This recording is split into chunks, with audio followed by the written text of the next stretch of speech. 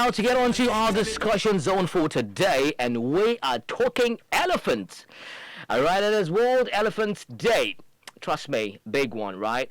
So it says, okay, so apparently, today exactly is not the exact, day for it, but in commemoration to the day. So we definitely need to talk about it. As on the day it falls, talk about the 12th, we have another thing in it which would definitely clash, so we try to make way for it, but it's a very important thing that we really need to tackle. So World Elephants Day actually is an international annual event dedicated to the preservation and protection of the world's elephants. Yes, and I just got this piece right here. It says all of the wildlife products trafficking around the world, ivory is probably the best known. Yeah, some would say the elephant's tusk. Now elephant poaching is one of the first things we presented definitely in this report, and it says even though the international trade in ivory has been banned since 1990, some 30,000 African elephants are still killed by poachers each year out of a continent-wide population of about 400,000. My colleagues are here. Let's get them engaged, as well as you out there. Get ready to join us as well. So let me start with Hafiz. Gunu Hafiz. Barry, how are you? I'm good. Have you seen an elephant before? Vis-a-vis? Yes. Why are you answering the question for him? You're not supposed to be answering. Yes, on TV. I said vis-a-vis. Like real life. I said, oh, I said, have you seen it? I'm answering the I qualified my statement by saying vis-a-vis. Wait.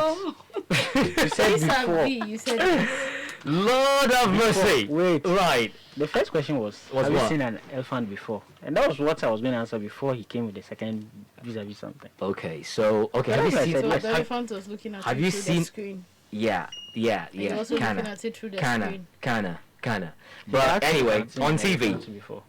On TV. Yes. Okay. So, anyway, like I said, I mean, the day itself is on the 12th of August, but we have, stuff that would definitely collide. So we're making room for this particular conversation, elephants, and the issue of poaching, Yeah. which is a big thing, very, very much illegal. Yes? Yeah, very legal. Yeah. Elephants. Today we are talking elephants anyway. And for me, the thing about elephants is that no matter how many times you see them, whether up close or on TV, like in my case, Yeah. I mean, it's just fascinating. Mhm. Yes, there are some fascinating creatures, and it's terrible. They are running, the threat of extinction Mhm. based on certain human activities, Right. poaching to be exact. Now, I'm going to start looking at it by looking at the reverence for this animal, that's the elephant, in some cultures in a part of the world, Right. and hopefully make, come down to Africa and make a little bit of connection there. Now, when you take the elephant, for instance, the elephant in a part of the world like Thailand, Mm-hmm. is their national symbol. It's a symbol, yeah. Yes, it's a recognized national symbol there. Right. Much like what pandas are to China. The Chinese, right? Exactly. So, and if you take a closer look at their history and what elephants means to them, I mean, talk about days where they had to fight wars or Using elephants? yes, in terms of transport and more recently even tourism. I mean, there's a part of elephants that is very central to their history. When talk about the wars with the Burmese and all, I mean, these were times where elephants were like the tanks, modern day tanks. I think they're like the largest living animal on Earth. Exactly, were like the tanks. I mean, because they used elephants, and in the West, more like when they were using horses. Yeah. Okay. Yeah. So and a king's status was largely determined by how many elephants he had. Oh wow. Yes, and how powerful you are. Your status basically depends on how many elephants you have. Right. Yeah, so that was how huge it was with elephants. In terms of their religion, well, Buddhism is what is practiced there. Yeah. Yes. Silent. And here is the thing. Interestingly, I mean, Buddha is said to have reincarnated from an elephant. Okay. Yes, per the ties. And in fact, even before he was born, I think the mother of Buddha, that is Queen Maya, Okay. yes, dreamt of a white elephant. Elephant. Yes, and for that reason, a white elephant represents fertility in their Okay. culture and everything. So Right. it tells you just how much reverence there is to this, interesting animal. And for that reason, there's a whole industry Okay. in that part of the world where, of course, if there are so many elephants, you would definitely have an industry where that caters to elephants or that tends to elephants. And a person that tends to an elephant, I think it's called a mahout. Okay. Yeah, yes, a mahout. And these are people that largely depend on the revenue that these creatures bring in. Right. Now, like I mentioned, in times past, these were creatures that were used in the logging business. Yeah. Yes, Yeah. they were used even in transport. Mm. Now, recently, in logging, logging was outlawed somewhere in '89. Yeah. And in terms of transport, there are cars now. Nobody Right. really needs to sit on an elephant to go anywhere. Considering the low pace. Yeah, exactly. So it's causing a lot of trouble for them, and some of them were basically, didn't know what to do. So they had to turn their attention to tourism. Okay. Yes, and it's created its own problems, because for these guys, that was what they were depending on. Yes, and if you take a look at an elephant feeds a lot. They take some 250 kilograms of meals per day. What? 250 kilograms. You Their get feed. a day. A day. 250. Yes, so if you are to quantify that in monetary terms, basically you are looking at spending not less than $1,000 a month. No, guy. let's. I'll sell it. Yeah. You sell it? Oh yeah. How would you sell it? Huh? Dude. Now, Anyway. yes, there's this really interesting thing there. Their kings did back in the day, especially with white elephants. Now, in their culture, you can't. Still you talking can't- about the thighs, eh? Yeah, you Okay. can't sell or even kill a white elephant. So what they did, their kings was, if they have an enemy, they Okay. would send you a white elephant To make just- peace. No, just so it will cause financial ruin, because that's all they do. They eat and do nothing. They are not supposed to work. They are not supposed to be killed and anything. Oh, so Yes. you'd use all your wealth to feed the To elephants. feed the elephant, looking at how Right. much it consumes and everything. So yes, it created this whole industry, and the mahouts had to find a way to survive. And if you look at the tourism industry, I mean, people simply travel there just to catch a glimpse of these creatures. But I think recently is an article to set on them, because there was conversations surrounding exploitation of these creatures. Yes, because I mean, like, taking them out of their natural habitat is yeah. bad enough. I mean, they don't get to feed properly and everything. So basically, they are getting exploited. And I think a lot of animal rights activists were not too, happy about the whole situation, and Right. they made noise about it. And I think they've decided to switch their attention to what you call elephant, sanctuaries these days, where you go to these places, you are able to just simply feed them and bathe them. Okay. Yes, but you can't actually sit on them. Right. Yes. Now, when you come to Africa, now these are creatures that have demonstrated time and time again that they are equally very emotional and intelligent creatures. I remember, chancing on a story about a man in South Africa known as Lawrence Anthony, aka the Elephant Whisperer. Now, this is a man that dedicated his life to, protecting elephants specifically from poachers. Okay. He passed on in 2012. Now, the interesting thing that happened was that when he died, nobody told these elephants. Much like the way they would mourn their family members, they came to his home. Spent 2 days there, nearly 2 days. The elephants. The elephants. The elephants he took care of throughout his life. Because the guy had passed on and nobody informed the elephants. How do you tell them? Like, exactly. But they knew about it. Yeah. They knew, and they came and spent nearly 2 days at his residence. Whoa. Before dispersing. Whoa. And it's something they do even for their family members. So doing that for a human being. So it's brought up this whole conversation.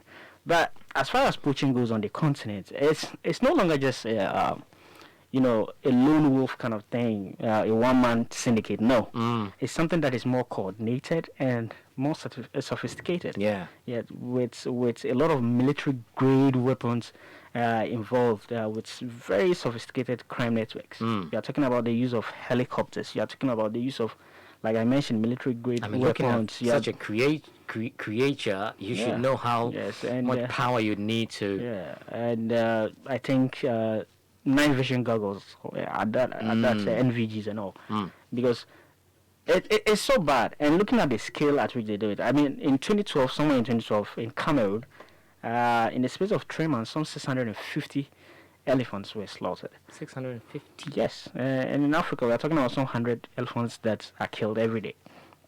So it's really terrible. It's a terrible situation, and this is the state of things as it is on the continent. You know. All right, I'll get back to you. The show was Africa Daily on Africa Global Radio, in commemorating the World Elephant Day, which is on the 12th. Where we'll definitely looking at it today, but specifically looking at the issue of poaching, an illegal act, and as well as endangering the species on the continent.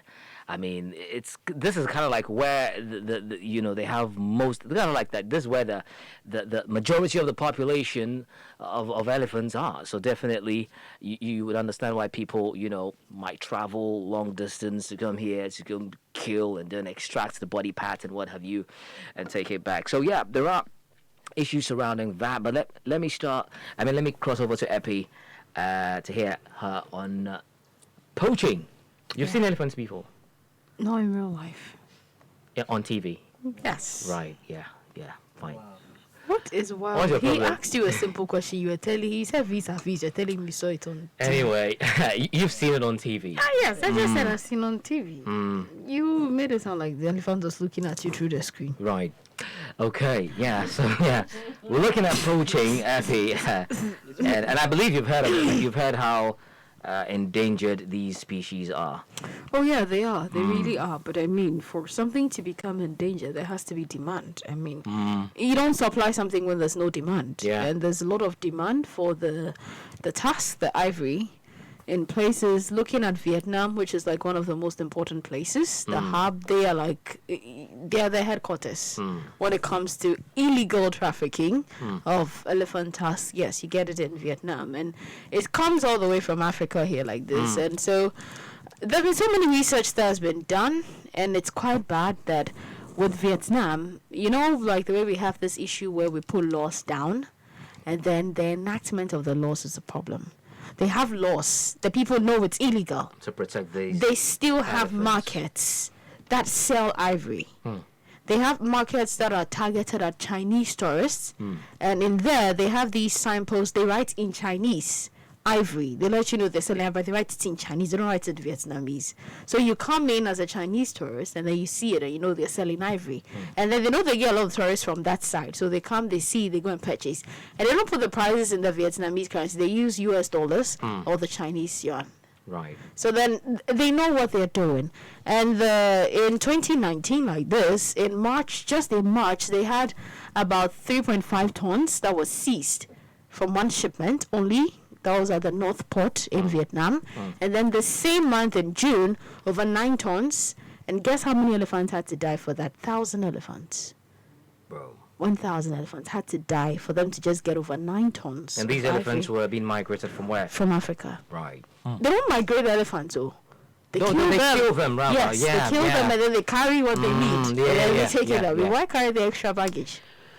Oh dear. You understand? Unfortunately. And with Vietnam like this, they sell it. It's ivory adds to your status, your class.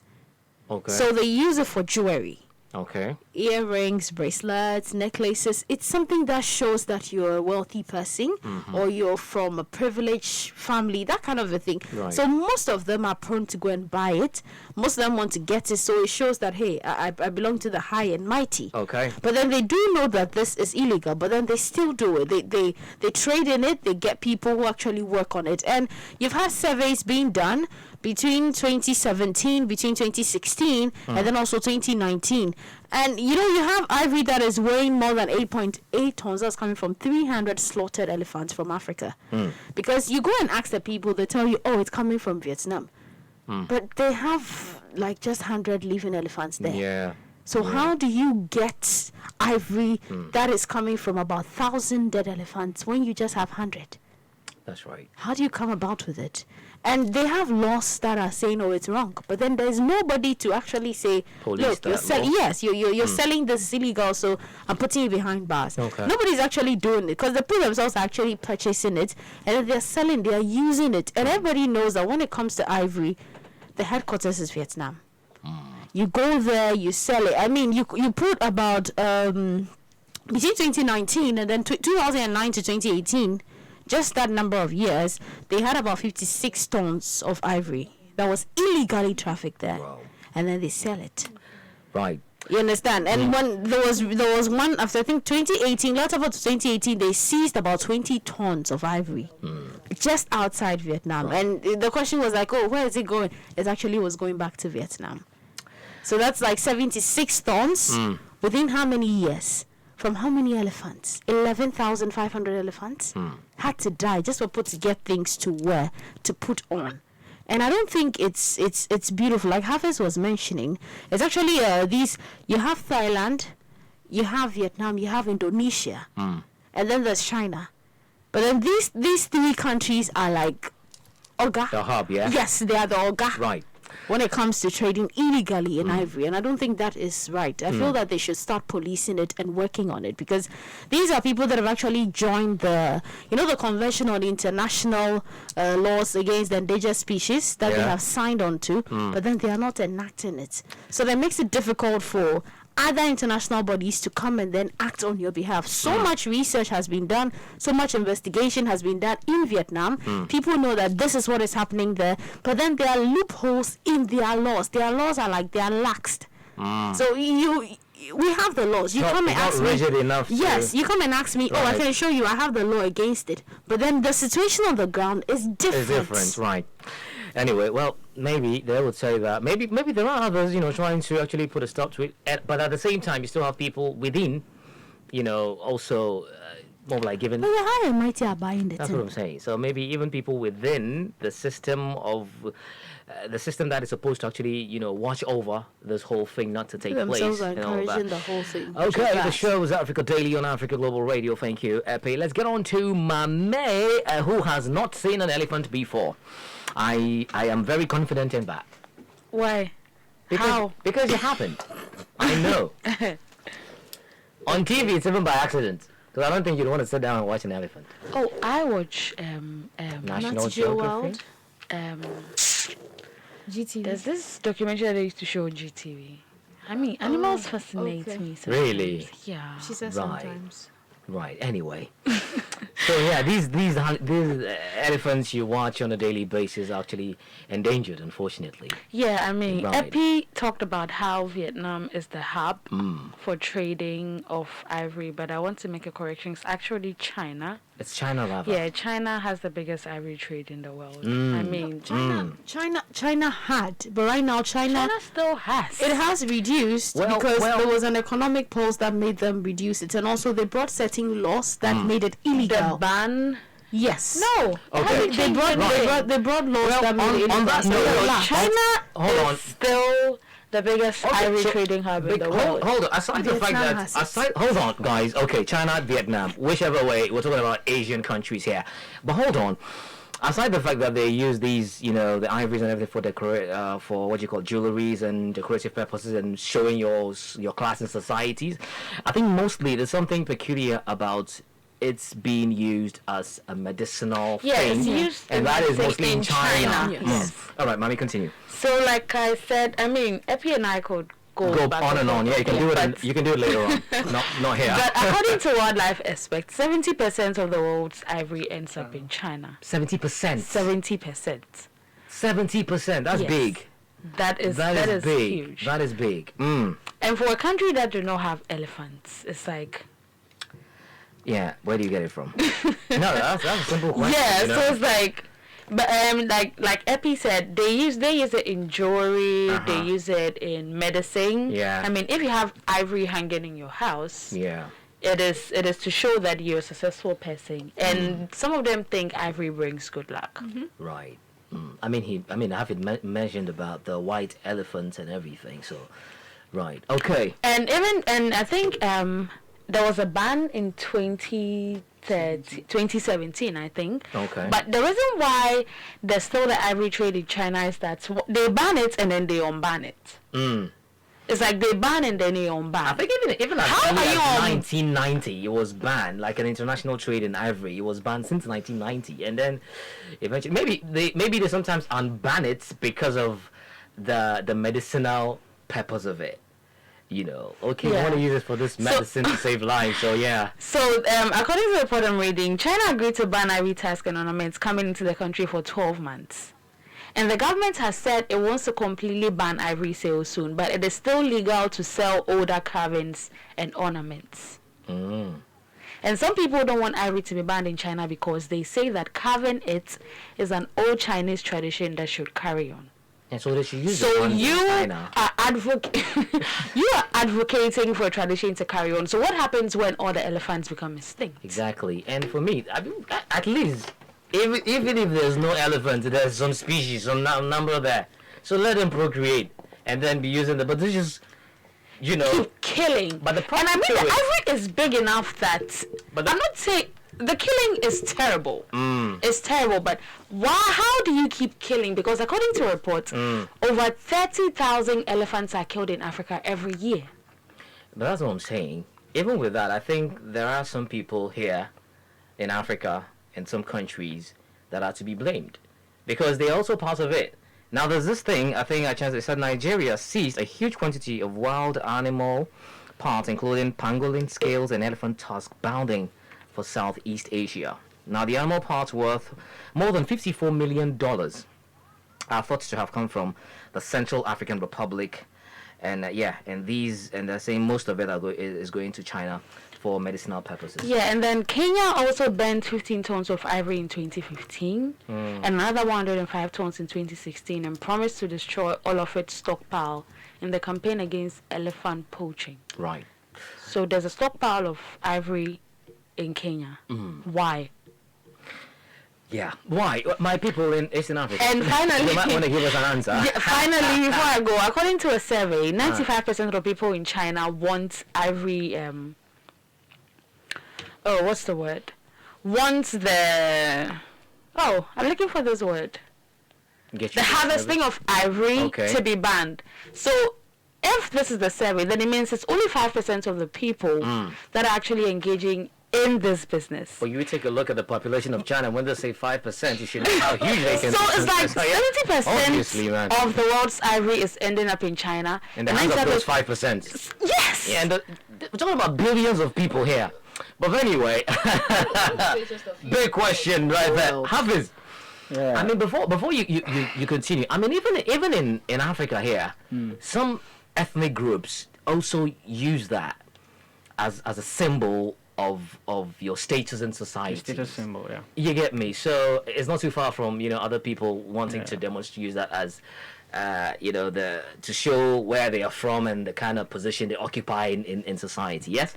Yeah, I mean, the ivory trade is lucrative. Yes, I mean, due to the fact that it's done in the black markets and everything. Yeah. I don't know why I call it the black market anyway. Now that's like it's the black market when it's not legal. Why is something black bad anyway? So Yeah. you see, that's the language. Really.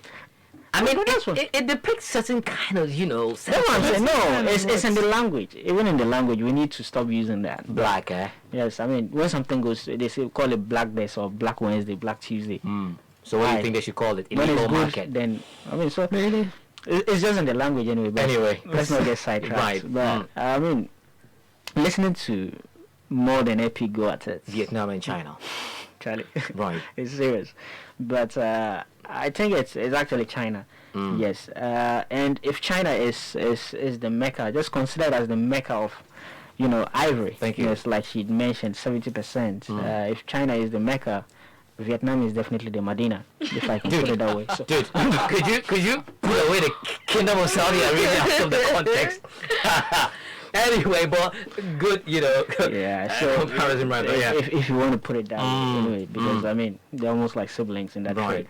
But coming down to Africa, and with the way the trade is going, I mean elephants are actually saving lives. Yes, and how are they doing this? If you look at the case of Angola, Mm-hmm. Angola was ravaged by civil war for what 27 years. 27 Yes, years. this was something that ended somewhere in 2002. And during that time, you had rebel groups. Okay, in terms of trade and everything, ivory was the currency of choice. Mm. Yes, where they traded in, especially in trying to get their hands on But more arms and that everything. meant more killing of elephants, huh? Exactly. Mm. Yes, and so a lot of these animals in that period in the country, Slaughtered. yes, had to move. Yes, and you had them. Some were slaughtered. Some had to move into neighboring Botswana, Zambia, and all that. So, but after the war, some of them decided to gradually return and everything to their natural habitats. Right. But something happened. The remnants of the war meant that after there were a lot of landmines. Oh la la, yeah. Exactly.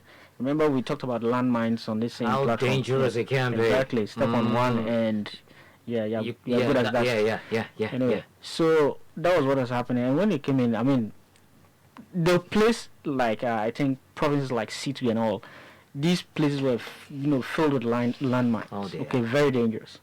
But thankfully, elephants have such great sense of smell, and they can actually just sniff them out.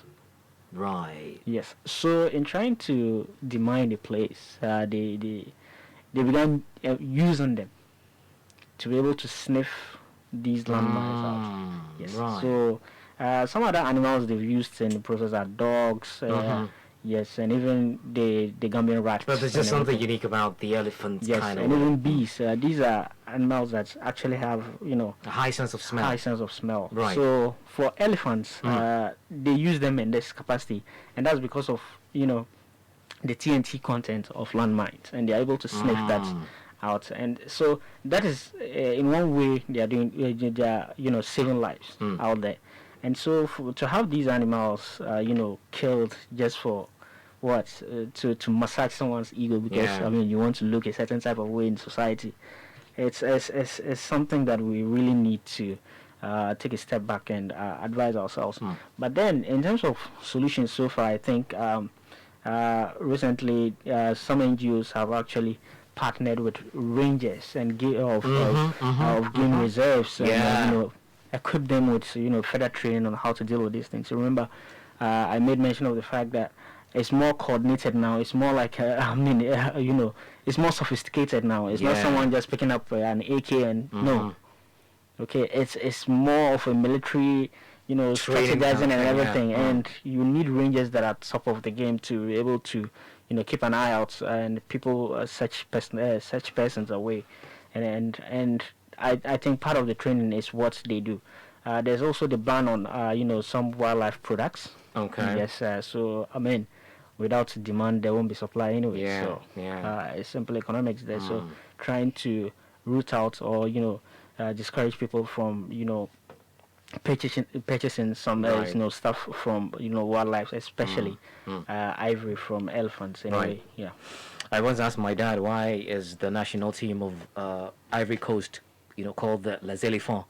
He talked about how they used to have a lot of species, and then that business actually became a big thing in Cote d'Ivoire. The selling of ivory, how come they came by the name Ivory Coast, Ivory Coast, Cote d'Ivoire, and like the coast of ivory. Ivory. These guys who pack their sheep and be packing the things. Hey guys, anyway, the show was Africa. Anyway, let me pick your final words, Ape. I think the whole thing should be stopped and they should enact the laws. I mean, I do have something else to say, but it's not about elephants. Mami mentioned pangolin scales. Pangolin, right? I mentioned that. Okay, you mentioned when they send it to China. Now, interestingly, the scales actually are made up of keratin. And keratin is what we find in our nails and our hair, and most of these cosmetic people use them. Right. So you can imagine. Now, guess one interesting thing about the whole pangolin animal. Just try guessing. Yeah, it has high monetary value. I Yes, think. but aside that, I mean, multiple lineages of the pangolin actually they're similar. They carry lineages similar to the SARS-CoV-2. Really? Yes. Okay. So they are like hosts for the SARS-CoV-2, like the coronavirus that we have. COVID. I'm surprised you guys never heard of the story when it came up first. COVID. Yes. We had bats. There's always You a heard point. about no, okay. I saw something about the pangolins then earlier on, but I didn't want to follow it up. Oh, They are really? host for the SARS-CoV-2 for the coronaviruses, And they're transporting these to China. and I don't think they knew. What? I don't think they knew. At that time? Yeah, I mean they're just taking the things for the medicinal purposes, and so in 2020 they have actually removed pangolin scales from the list of China's approved medicines that you can use for medicinal purposes now. Well, that's a big one. So yeah, if that's the case, return it to where you. Unfortunately, these animals are already slaughtered and all of that. But anyway, thank you very much, guys, for joining us on the Conversation Zone. And of course, my colleagues Epi, Mami, and Hafiz. Good with the If you enjoyed this video, don't forget to like it, subscribe, and share.